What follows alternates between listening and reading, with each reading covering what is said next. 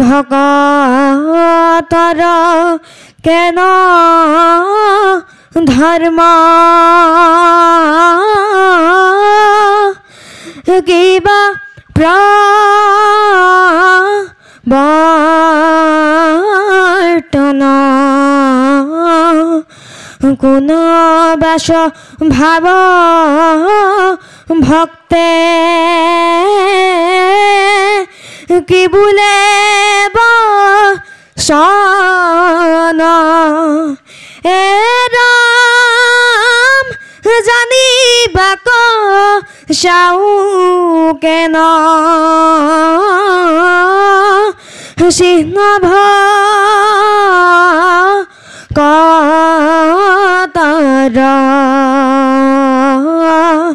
শুনি হবি সিদ্ধে দিলা তাহাৰ তৰ এ ৰাম হৰি কম নত স্মৰি বুলিলা ৰাজাক ভকতৰ ধৰ্ম যেন শুনা কহু তাক এ ৰাম ঈশ্বৰত দেখে যিটো সমস্তে প্ৰাণীক প্ৰাণী সমস্ত দেখে ঈশ্বৰ মূৰ্তিক সমস্তে ঐশ্বৰ্যে ব্যাপী আছে জগতত হেন দেখে যিটো হেহি মহাভাগৱত এ ৰাম সবাতে ঈশ্বৰ আছে জানিয়া মনত মহন্তত কৰে প্ৰীতি মৈত্ৰ সমানত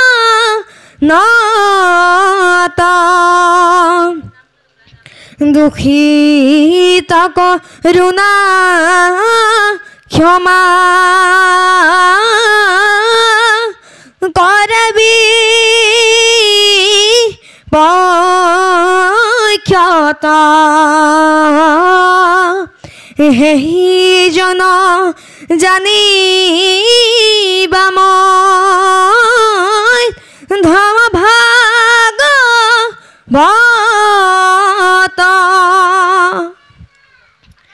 নুপূজা ভকত মান্য নকৰে প্ৰাণীক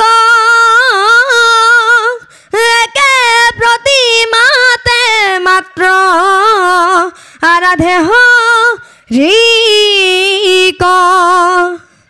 জানিবা ৰন্ধহিতু ভকত প্ৰথম অনুক্ৰমে হিউ পাছে হৈবেক উত্তম ত্ৰিবিধ ভকত হি শুনিলানি প্ৰতি যাৰ যেন ধৰ্ম তাক কহিলো সম্প্ৰতি শুনা সাৱধানে আৱে ইখবাকু নন্দন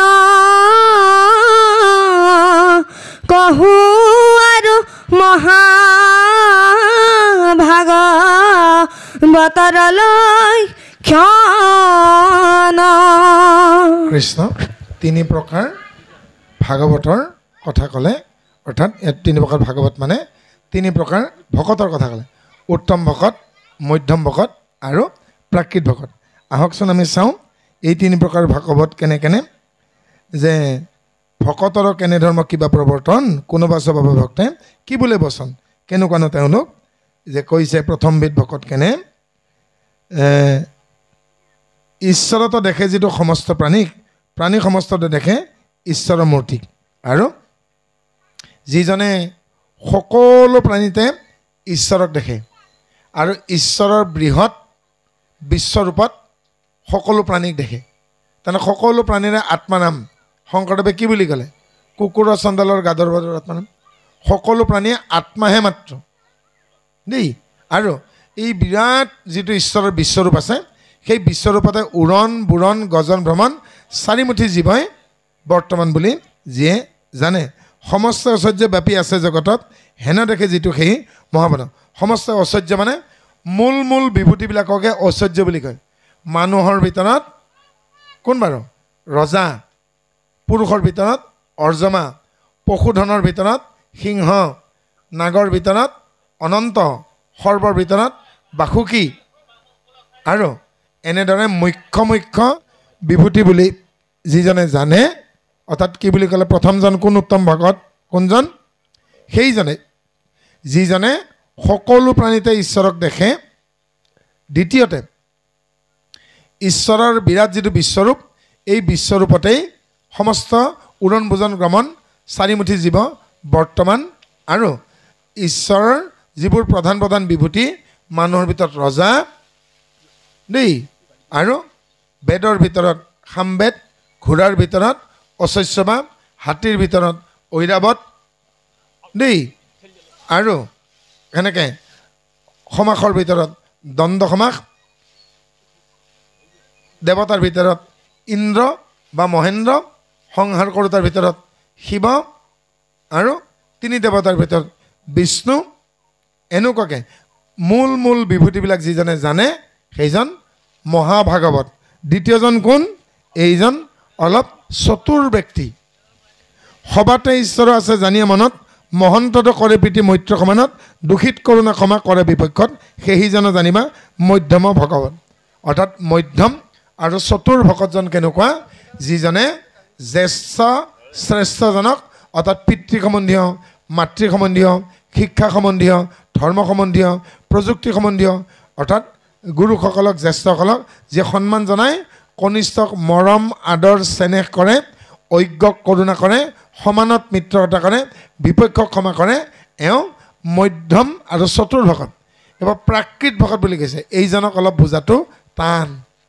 প্ৰাকৃত ভকতজনে কি কৰে নুপুজৈ ভক্তক মান্য নকৰে প্ৰাণীক একে প্ৰতিমাত মাত্ৰ আৰাধে হৰিক এই ভকতজনে মানুহক দেখুৱাই অন্য ভকত আনি ঘৰত নাম প্ৰসংগ নকৰিবও পাৰে সেই ভকতজনে মানুহক দেখুৱাই পূজা সেৱা নকৰিব পাৰে কিন্তু অলপ সময় সুবিধা পালে তেওঁ ধ্যানমগ্ন হৈ কাৰোবাক ধ্যান কৰে তৃতীয় ভক্তজনে কি কৰে মানুহক দেখুৱাই নাম সকাম পাতিব নোৱাৰিব পাৰে মানুহক দেখুৱাই তেওঁ পূজা পাতল নকৰিব পাৰে মানুহক দেখুৱাই তেওঁ চিঞৰি নাম নাগাবও পাৰে কিন্তু তেওঁ এটা প্ৰতিমাত তেওঁ আৰাধনা কৰে সময় পালে একেমাত্ৰ প্ৰতিমাত আৰাধে হৰিক জানিবা আৰব্ধখিত ভকত প্ৰথম অনুক্ৰমে পাছে হৈবেক উত্তম আৰু তেওঁ লাহে আগুৱাই গৈ এদিন উত্তম ভকত হ'ব কোনোমতে নহয় কিন্তু নিন্দাৰ ভাজন তেওঁ মানুহক দেখুৱাই প্ৰাৰ্থনা নকৰিলে বুলি চিঞৰি নাম নাগালে বুলি তেওঁ বহুত ভকত আনি গুৰুখা ভকতখা কৰিব নোৱাৰিলে বুলি তেওঁ মনে নাম লয় বুলি তেওঁ কিন্তু আপুনি নিন্দা কৰাৰ কোনো যুক্তি নাই অনুক্ৰমে তেওঁ কি হ'ব আৰু ৰৈছে ভক্তিৰ ভজন কোনোমতে নহয় কিন্তু নিন্দাৰ ভজন কোনোমতে কিন্তু তেওঁক আপুনি নিন্দা কৰিব আৰু এই তিনি প্ৰকাৰ ভকতৰ কথা ক'লে এইবাৰ লক্ষণ আহিব ভকতৰ লক্ষণসমূহ কেনে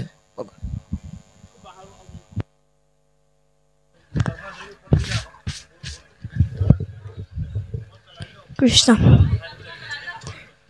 কৃষ্ণ কেখে চিন্তে মনে নাবাঞ্চে হয় যদি ভোগ কৰে মনে দেখে মায়া মায়া নকৰে আশ্ৰুখ দেখ কিঞ্চিত মনত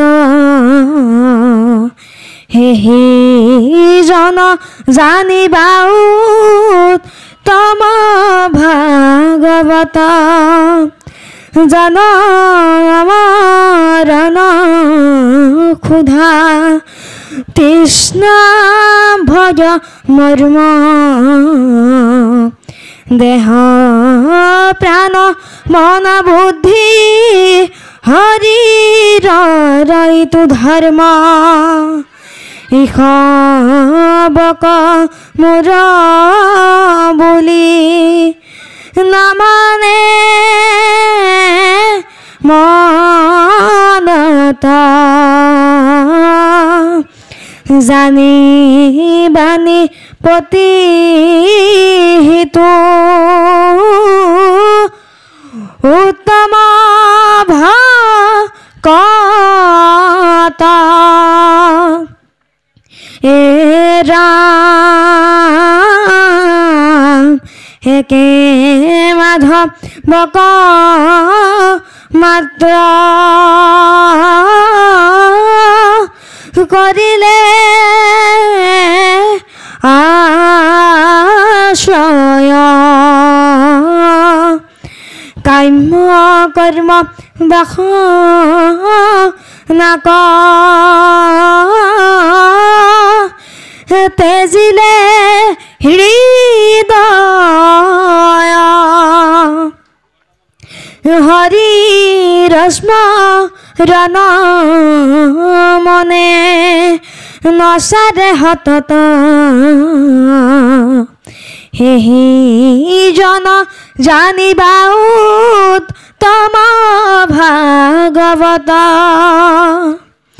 কাম্য কৰ্ম দেশ মোহ হৰি খেৰ হিত হুয়া ফুৰে নিতান্ত কৃষ্ণত দিয়াশিত হৰি কথা ত্যজিয়া নতনে দৈমন কৈলো ভকতৰ ৰাজা যেন প্ৰৱৰ্তন কুল কৰ্ম বৰ্ণাশ্ৰম ধৰ্মজ তজতা কৰন্তেনো পূজে কাৰ হৰি ৰতা হৰি স্মৰ নেখে যাৰ জনয় মনতা চিনি বানি প্ৰতিহিতো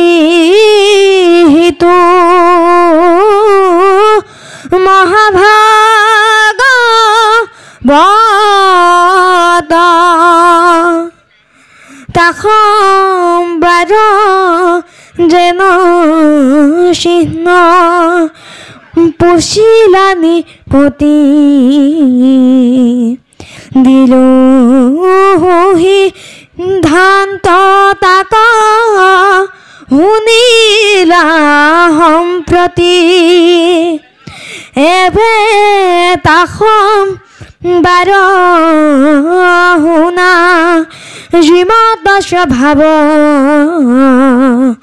কি কহিব ভকতৰ পৰম প্ৰভাৱ নকৰে পুনৰ পৰ বুদ্ধি ধন বিত চিত্তে সমস্তৰে একে আত্মা জানি যিটো চিত্তে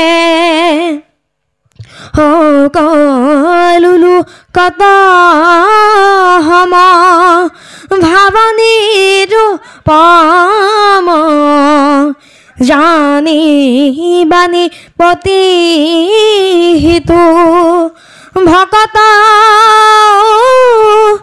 তম। কৃষ্ণ, আমি এই অধ্যায়টোৰ শেষ খণ্ডটিলৈকে আহিছোঁ। এতিয়া অকণমান লক্ষণৰ কথা কৈছে। কি বুলি ক'লে বাৰু? শুনা সাৱধানে আবে ইক্ষাকু নন্দন, কহোঁ আৰু মহাভাগৱতৰ লক্ষণ। কৃষ্ণকেহে চিন্তে মনে নবাঞ্চে বিষয়, যদি ভোগ কৰে মনে দেখে মায়াময়। খোৱা খোৱা, পিন্ধা উৰা, যিমানবোৰ চিন্তা আছে এইবোৰ বৈষয়িক চিন্তা বুলি কৈছে। এই বৈষয়িক চিন্তা যিজন ঈশ্বৰমুখী তেওঁ বুদ্ধি কৰে, তেওঁ কৰিব লাগে বুলি পেলাই কৰে, কিন্তু তেওঁ অৰ্পণ কৰি কৰে, তাতে লিপ্ত হৈ নাথাকে। এতিয়া বৰষুণ দি থকা নাইনে? যদি কচুৰ পাতত আৰু পদুম ফুলৰ পাতত চাই সেই পানীখিনি কিন্তু ৰৈ নাথাকে, পৰা মাত্ৰে সি তলবল কৰি থাকে আৰু সুযোগ পালে পানীখিনি পৰি যায়। পদুমৰ পাতত, কচুৰ পাতত এই পানী পৰি তাক লিপ্ত কৰিব নোৱাৰে। অৰ্থাৎ কচু পাতৰ পানী আৰু পদুম পাতৰ পানী নিৰ্লিপ্ত। যিজন চতুৰ ভকত তেওঁ এই সংসাৰত লিপ্ত নহয়, তেওঁ নিৰ্লিপ্ত। মায়া মাতৃয়ে জন্ম দিলেও যিজন ব্যক্তিৰ কথাত, কামত, ব্যৱহাৰত, আচৰণত মায়া লাগি নাথাকে সেইজনে নিষ্কাম ভকত। পদ্ম বুলি নকওঁ জানো? পংকজ বুলি নকওঁ জানো? পংক মানে বোকা, পংকিল পদ, পংক, পংক মানে বোকা, অজ মানে জন্ম। বোকাত জন্ম পদুম ফুল, কিন্তু তাৰ ফুলৰ পাহিত বোকা লাগি নাথাকে। এতিয়া যদি মই বা মোৰ কাষত থকা বাপজনে পুখুৰী এটা ডুব মাৰোঁ আৰু মূৰটো গৈ পেলাই যদি বোকাত লাগে, ওপৰলৈকে যেতিয়া আহি যায় মানুহক কপালত আৰু চুলিত আপোনালোকে কি পাব? বোকা দেখিব, নহয় জানো? কিন্তু যিমানে আমি তেল সানি নানামো কিয় পানীত, যদি মাটিত বোকাত গৈ পেলাই মূৰটো লাগে একেটাৰ মূৰত বোকা লাগি আহিব। কিন্তু আচৰিত কথা চাওকচোন, বোকা ফালি বোকাৰ তলৰ পৰা পদুমৰ কলিটো আহি থাকে। এটি পুখুৰীত 10 হাত পানী, দ পুখুৰী 10 হাত পানী, তাৰ পদুমৰ ঠাৰিডাল কিমান হ'ব? 10 হাত লম্বা। আৰু একেবাৰে ওপৰত গৈ পেলাই পদুমটো পানীৰ তলততো নুফুলে, পানীৰ ওপৰত ফুলে। গতিকে সেই 10 হাত তলৰ পৰা বোকাৰ মাজৰ পৰা ওলাই অহা পদুমৰ পাহিটোত কিন্তু বোকা নাই। যেনেকৈ বোকাত জন্ম হোৱা স্বত্তে পদুম ফুলৰ পাহিত বা পদুম ফুলৰ কলিটোত বোকা লাগি নাথাকে, তেনেকৈ মায়া মাতৃয়ে জন্ম দিলেও যিজন প্ৰকৃত নিষ্কাম ভকত, তেওঁৰ বয়স যিয়েই নহওক, তেওঁৰ কথাত, তেওঁৰ কামত, তেওঁৰ আচৰণত, তেওঁৰ ব্যৱহাৰত বোকা লাগি নাথাকে। কিহৰ বোকা? মায়াৰ বোকা। যে যাৰ ব্যৱহাৰত, আচৰণত, কথাত, বাৰ্তাত, স্বভাৱত, বাক্যত, বচনত মিষ্টতা আছে, সভ্যতা আছে, মৰ্যাদা আছে, বিনয় ভাৱ আছে, শ্ৰদ্ধা আছে, লগন আছে, শৃংখলাবদ্ধতা আছে, আদৰ আছে, কদৰ আছে, সেইজন নাস্তিক নহয়। সেইজনৰ গাত মায়া লাগি থকা নাই। কিন্তু তেওঁৰ মাও কিন্তু আপোনালোকৰ নিচিনাই এজন মাতৃ, মায়া মাতৃ জন্ম দিছে। গতিকে সেইজনেই নিষ্কাম ভকত। যদি ভোগ কৰে দেখে মায়াময়, নকৰে আক্ৰোশত দেখ কিঞ্চিতো মনত, আৰু কোনো বিষয় বাসনা আসনা নকৰে, আৰু মায়াময় বিষয়বোৰ ভোগ কৰাৰ পৰা তেওঁ যৎপৰ আছে আঁতৰি থাকিবলৈকে চেষ্টা কৰে। আৰু তেওঁ কি কৰে? কাকো আক্ৰোশ নকৰে, কাৰো প্ৰতি তেওঁ আক্ৰোশ নকৰে, দেশ নকৰে। আক্ৰোশ কৰা মানে নিজৰ কিবা হেৰাব বুলি ভবা। আমি মৰোতে পিঠিত বান্ধি একো নিব নোৱাৰোঁ, কিন্তু যেতিয়া চৰকাৰে বা গাঁৱে ৰাস্তাটো বহল কৰিব খোজে, তেতিয়া এক আঙুলি এবেগেট মাটি গ'লেও তেওঁ বহুত দিন দুখ কষ্ট পাই থাকে। কিহৰ কাৰণে? যদিও তেওঁ মাটিখিনি পিঠিত বান্ধি অনা নাই, পৈতৃক সম্পত্তি, তাৰে ৰাইজৰ কাৰণে এক আঙুল দিলে তেওঁ জীয়াই জীয়াই মৰা যেন পায়, হয়তো ষ্ট্ৰক হৈ মৰি থাকিবও পাৰে, হয়নে? তেওঁতকৈও বহুত বেছি মাটি গৈছে, কিন্তু এক আঙুল যাওঁতেও তেওঁ মৰিব পাৰে। চাবচোন বিয়াবিলাকত পুতেক জীয়েকৰ বিয়াত টাউনবিলাকত নগৰবিলাকত লক্ষ টকাৰ বম ফুটায় কইনাৰ ঘৰত দৰাৰ বদলিত, কিন্তু যেতিয়া ভকতক দিবলগীয়া হয় 11 টকা দান দিলেও চেং চেঙাই যায়। 11 টকা দি বুলি কয়, তাকেই বহুত বুলি ভাবিব, কিন্তু যে জ্বলি পেলাই উৰি গুচি গ'ল ফটকাখিনি, হয়নে? গতিকে কি অসমীয়া মই বুজি নাপাওঁ। আমি বাৰু খ্ৰীষ্টিয়ান হৈ গ'লোঁ নেকি, বিদেশী হৈ গ'লোঁ নেকি? ডিচেম্বৰ মাহৰ 31 তাৰিখে ৰাতি 12টা বজাত একদম লাখ লাখ টকাৰ বম ফুটালে, হয়নে? ভাল হয়। এতিয়া কিন্তু এই চ'ত মাহৰ 31 তাৰিখে ৰাতি 12টা বজাত কিয় বম নুফুটালে, হয়নে মেম? ডিচেম্বৰৰ 31 তাৰিখে ৰাতি 12টা বজাত যদি লক্ষ টকাৰ বম ফুটাব পাৰে, চ'ত মাহৰ 12টা বজাত ৰাতি শেষৰ দিনাখন কিয় নুফুটালে? কাৰণ বহাগ বাহু পৰিব, সেইদিনাখন কিয় নুফুটালে? তাৰমানে আমি সেই বিদেশৰ সংস্কৃতিটোহে লৈছোঁ, এতিয়া আকৌ নতুন এটা সংস্কৃতি কৰিছে। চাব দেই, মন কৰিব। আমি নামনি দেখিছোঁ, উজনিটো বেমাৰটো পাইছে নেকি দেখা নাই। দৰা আৰু কইনাৰ নামটো লিখিব কিহেঁতি জানে? ফটকাৰে। এখন বেনাৰৰ সমান ডাঙৰকৈ ফ্ৰেম এটা বনাব, বাঁহৰ জাজলি এখন, তাতে দৰা আৰু কইনাৰ নামটো লিখিব, মাজত জোকচিন, ফটকাৰে বনাব, আতচবাজিৰে বনাই দৰা পদূলিত সোমোৱাৰ আগত সেইখন জ্বলাই দিব। দৰা আৰু কইনাৰ নামটোনো লিখি জ্বলাই দিয়ে নে বম ফুটাই? বহুতৰে থাপনা ক'ত পাব মই আগতেও কৈছোঁ, এঘৰ মানুহৰ থাপনা বিচাৰি বিচাৰি পালোঁগৈ ক'ত?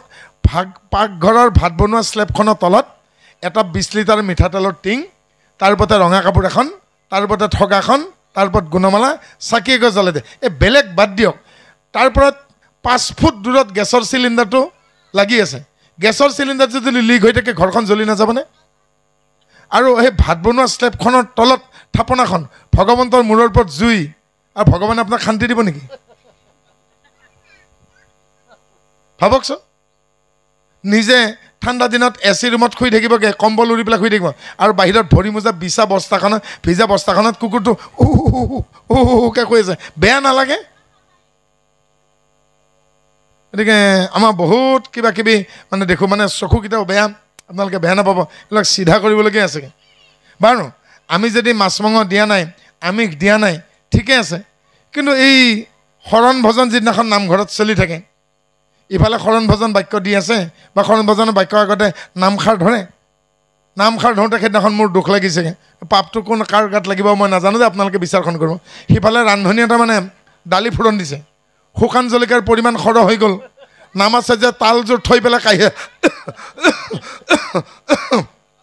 এতিয়া নামাচাৰ্যৰ উশাহটো ঘূৰি আহিছে নহয়, পিঠিত ঢুকিয়াই পিঠি দি গৰম পানী খহিয়াই তাৰপিছত কৈছেগৈ, আজিৰ পৰা যদি ফোৰণ দিয়ে তেতিয়াহ'লে মই তাল থৈ উঠি যাম, য'ত নামৰ ওপৰত লাগি যাব।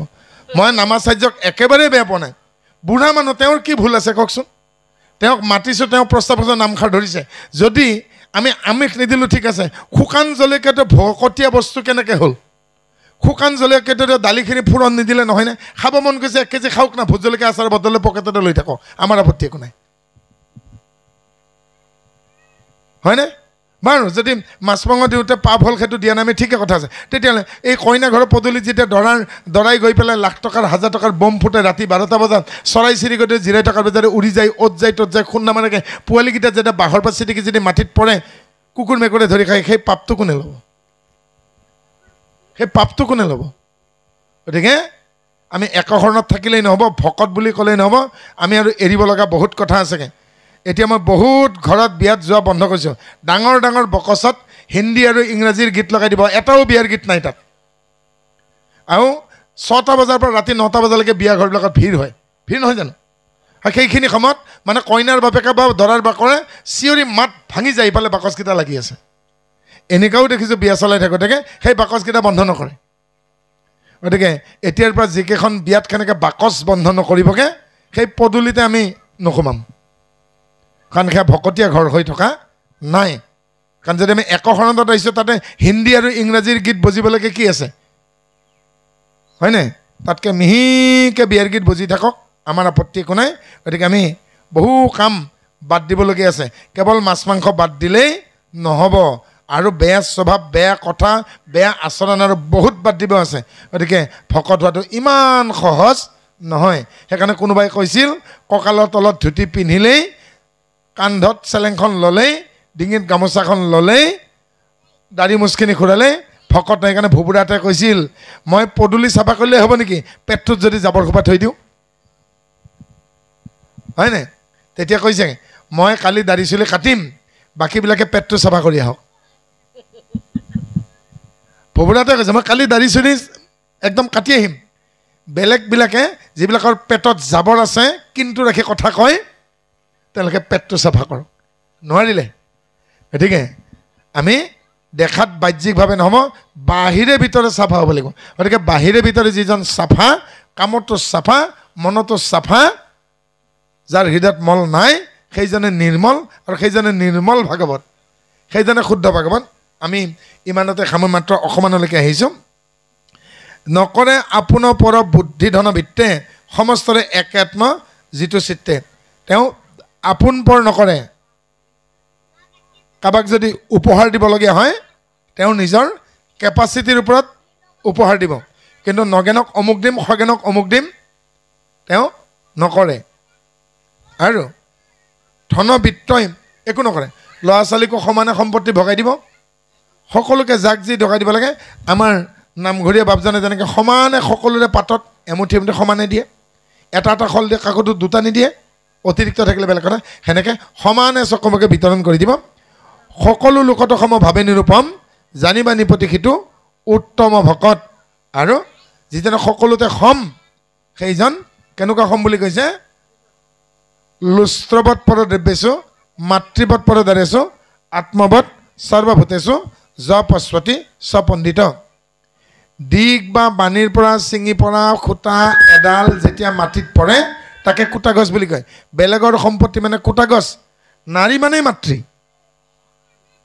সেইকাৰণে কি বুলি কয় প্ৰতিমা বুলি কয় প্ৰতিমা শব্দটো চাওকচোন প্ৰতি মানে কি প্ৰতিগৰাকী প্ৰতিযুগ মা বুলি ধৰকচোন প্ৰতিমা কি আছে এতিয়া খুৰীমা পেহীমা বৌমা মাহীমা জেঠীমা আইতামা মাহীমা নাই জানো অকণমানি ছোৱালী এজনী পাইছোঁ তেতিয়া কৈছোঁ মাজনী ইফালে আছ নামটো কি বুলি মানিছ মাজনী মাহীক কি বুলিছ মাহীমা পেহীক কি পেহীমা জেঠীমা খুৰীমা আইতামা নিজমা শাহুমা চব মা নহয় জানো প্ৰত্যেকগৰাকী মা যেতিয়ালৈকে পুৰুষসকলে নাৰী জাতিক নাৰী মাতৃ আৰু ভগ্নীৰ দৃষ্টিৰে দেখিব নোৱাৰিব তেতিয়ালৈকে পৃথিৱীত কুমাৰী পূজা পাতি লাভ নাই যিদিনাখন গুৱাহাটীত দেৱী মন্দিৰত কুমাৰী পূজা পাতে সেইদিনাখনো ভাৰতবৰ্ষৰ বহু ঠাইত অঘটন ঘটিয়ে থাকে পিছদিনাখন আৰু সেইদিনাখনে গধূলি টিভিত পিছদিনাখন পেপাৰত আহে নাহে জানো গতিকে বেলেগৰ সম্পত্তি মানে লুস্ত্ৰ কুটা গছ নাৰী মানে মাতৃ আৰু ভগ্নী মই যেনে বেলেগৰ কাৰণে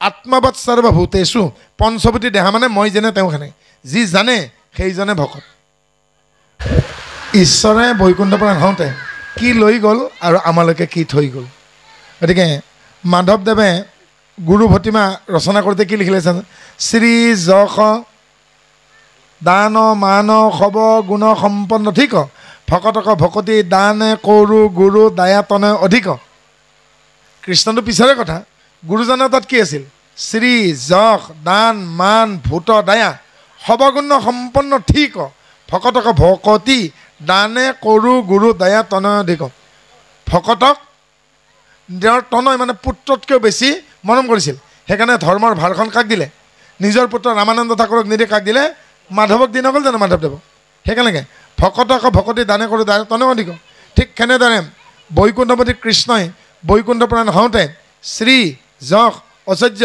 সমস্তখিনি কি হ'ল নিজৰ যি অষ্টবিভূতি আছিল জ্ঞান বৈৰাগ্য ভক্তি শ্ৰী ঐশ্বৰ্য সমস্তখিনি তেওঁ লগত লৈ গ'ল কি থৈ গ'ল মাত্ৰ নাম থৈ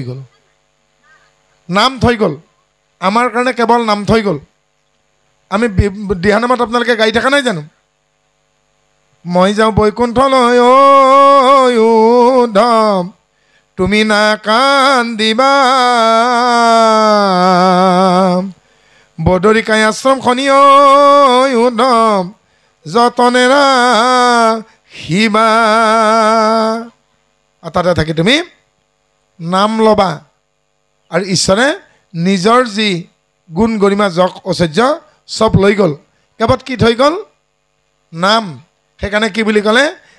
হে উদ্ধৱ, যেই নাম সেই হৰি জানা নিশ্চয় কৰি। যি নাম সেই হৰি জানা নিশ্চয় কৰি। এটা ডাঙৰ কথা হ'ল তাতেই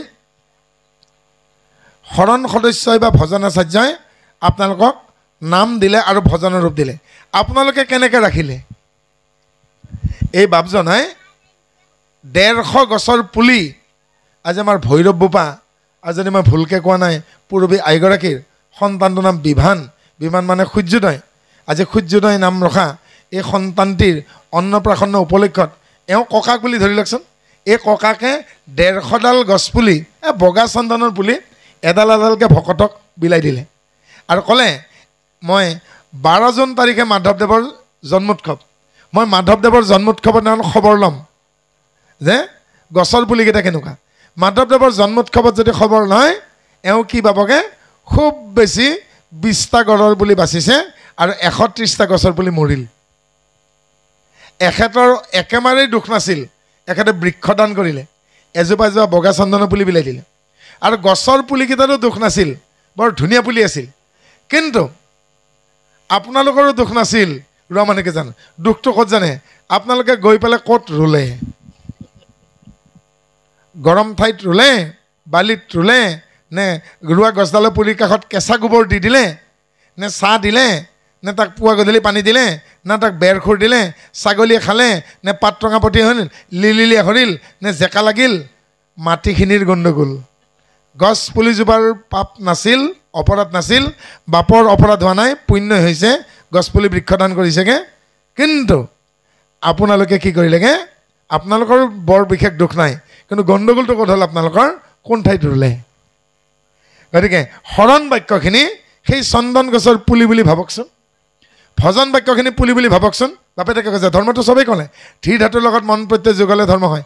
কিন্তু কেনেকৈ ৰাখিছোঁ তাৰ প্ৰমাণ এই মাধৱদেৱৰ জন্মতিথিত খবৰ ল'ব বুলি কৈছেগৈ।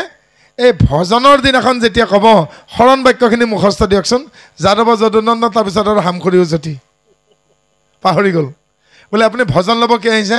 মানে এইবাৰ মই এই ধেমাজি জিলাৰ পৰা জিলা সদস্য নিৰ্বাচিত হৈছোঁ আঞ্চলিকৰ পৰা, গতিকে জিলা সদস্য হ'লে বোলে ভজন ল'ব লাগে, সেইকাৰণে মোক আঞ্চলিকে পঠিয়াইছে বোলে। আপুনি বোলে মোৰ সৰু ছোৱালীজনীৰ বিয়া হোৱা নাছিল, সেইকাৰণে মই ভজন লোৱা নাছিলোঁ, দাঁত এটাও নাই, চকুত হাইপাৰ চশমা, লাখুটি লৈছে, এই বয়সত ভজন ল'ব আহিছে। কিহৰ কাৰণে? মই মনত ভয় খাই আছিলোঁ, যদি অনাসংগীত ছোৱালীজনী দিব লাগে, চুক্তিতহে ভজন ল'ব আহিছে, হয়নে? গতিকে গছৰ পুলিকেইটা মৰি নগ'ল জানো? গতিকে আপোনালোকক দিয়া শৰণ বাক্যখিনি, ভজন বাক্যখিনি, গছৰ পুলিটো আৰু আপোনালোকৰ সংসাৰত পঠিওৱা এই কণ কণ মইনাকেইটা সেই চন্দন গছৰ পুলি। আপোনালোকৰ ল'ৰাটো ছোৱালীটোক সেনেকৈয়ে নাৰ্ছিং কৰিব লাগিব, সেনেকৈয়ে তাক আদৰ যত্ন কৰিব লাগিব। কেনেকৈ? আহিন কাতিত ৰাখিবা পানী ৰজাই যেনেকৈ ৰাখে ৰাণী। ক'ত পানী ৰাখিম? আহিন আৰু কাতিত পথাৰত পানী শুকাই যায়, ধানৰ গুড়ত যদি পানী নাথাকে, ঘেঁহুৱে হওক ধানেই হওক কি হ'বগৈ? পতান হ'ব।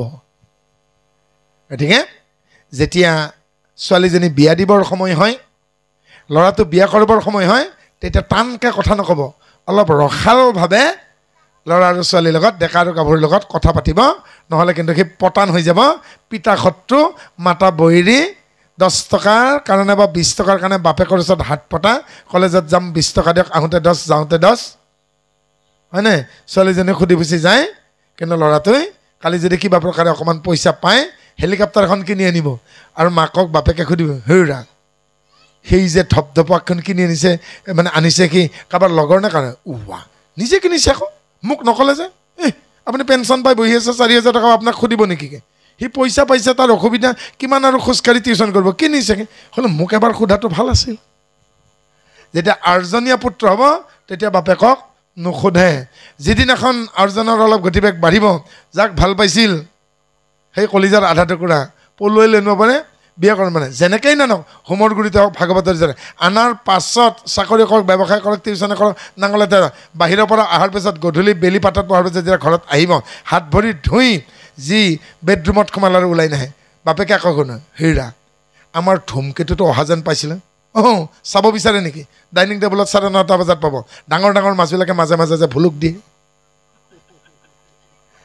নিজৰ মনে বিচৰাজনে অহাৰ পাছত ভায়েকে আহিছেনে নাই ভনীয়েকে পঢ়িছেনে নাই এই 11টা বজালৈকে ভায়েকে আহি পোৱা নাই বাপেকে প্ৰেছাৰ টেবলেট খাইছেনে মাকে ইনচুলিন লৈছেনে খবৰ নাই মাতা শত্ৰু পিতা বৈৰী হৈ যাতা হয় নাই গতিকে মাতা শত্ৰু আৰু পিতা পুত্ৰ যদি হৈ যাব নালাগে আহিন আৰু কাতি মাহত ধানৰ গুড়ত পানী ৰখা দি অকণমান ৰসপম ৰাখিব নহ'লে কিন্তু পানী টানি ক'ৰবাত লৈ যাবও পাৰে মাক বাপেকক নহয় জানো সেইকাৰণে কওঁ কিমানমান প্ৰেম হ'লে ঘৈণীয়েকৰ প্ৰতি গুৱাহাটীৰ নিচিনা ঠাইত গিৰিয়েকক ফ্ৰিজত সোমাই বাৰু টুকুৰা টুকুৰকৈ খাই থাকিব পাৰে সেইকাৰণে আজিকালি ভয় খাই বাপেকবিলাকে ফ্ৰিজ নিদিয়া হ'ল আৰু জীয়েকবিলাকক কয় কেতিয়াবা যদি খং উঠে নিজে ফ্ৰিজটো কিনি ল'বি পাইছে বুজি দিনকাল বেলেগ হ'ল হাবিগুচি ফুলনি হ'ল ঘৰৰ ওপৰত ঘৰ তাতে পৰি মৰ বিল্ডিঙৰ ওপৰত বিল্ডিং কিন্তু কেতিয়াবা যে ভূমিকম্প আহি গ'লে হৈ যাব কিল্টিং সেইটো বুজি পোৱা নাই বসুমতী চাই আছে এদেউ দুদেউ লিটানিয়াৰ চেও আৰু যিদিনাখন ভাৰসাম্য নোহোৱা হ'ব সেইদিনাখনে বাগৰি পৰিবগৈ গতিকে সেই অৱস্থাত ঠাইত সেইকাৰণে কৈছোঁ সেই চন্দন পুলিটো বচাব লাগিলেগে কাৰণ মনত ৰাখিব শ্মশানৰ চিতাৰ লগা খৰিখিনি গুৱাহাটী মহানগৰীত কিনিব লাগিলে 6,000 টকা লাগে সেই 4 কুইণ্টল খৰি কিনিব লাগিলে 6,000 টকা লাগে এটুকুৰা চন্দন 1 কেজি চন্দনৰ দাম কিন্তু 20,000 টকা হয়নে গতিকে 2 লাখ টকীয়া মোবাইলটো ভালে ৰাখিব লাগিলে কভাৰ লাগিব গতিকে এই সুন্দৰ দেহাটোক অনাবৃত কৰি নাৰাখিব যি নহওক গাবলগীয়া গীত আছিল বহুত যাবলগীয়া বহু বাট আছে আজি আৰু বহুত কাৰ্যক্ৰমণিকা আছে কণমানি শিশুতে কষ্ট পাব গতিকে শেষৰ 4 শাৰী আছে আমি অকণমানি বাপজনক সেই 4 শাৰীৰে আজিৰ শেষৰ দৈ মিঠাইখিনি দিবলৈকে সেৱা ধৰিছোঁ কৃষ্ণ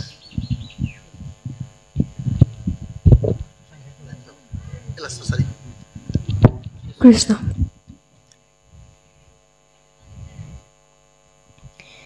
কেতি ক্ষণে কৈত মিলে দুৰ্ঘোৰ মৰণ জানতে কৃষ্ণ শৰণত বসিও হৰণ পৰলোক সম্বল যা নিবা হৰি নাম কৃষ্ণৰ কিং কৰে কহে বোলা ৰাম ৰাম হৰি ৰাম ৰাম ৰাম কৃষ্ণ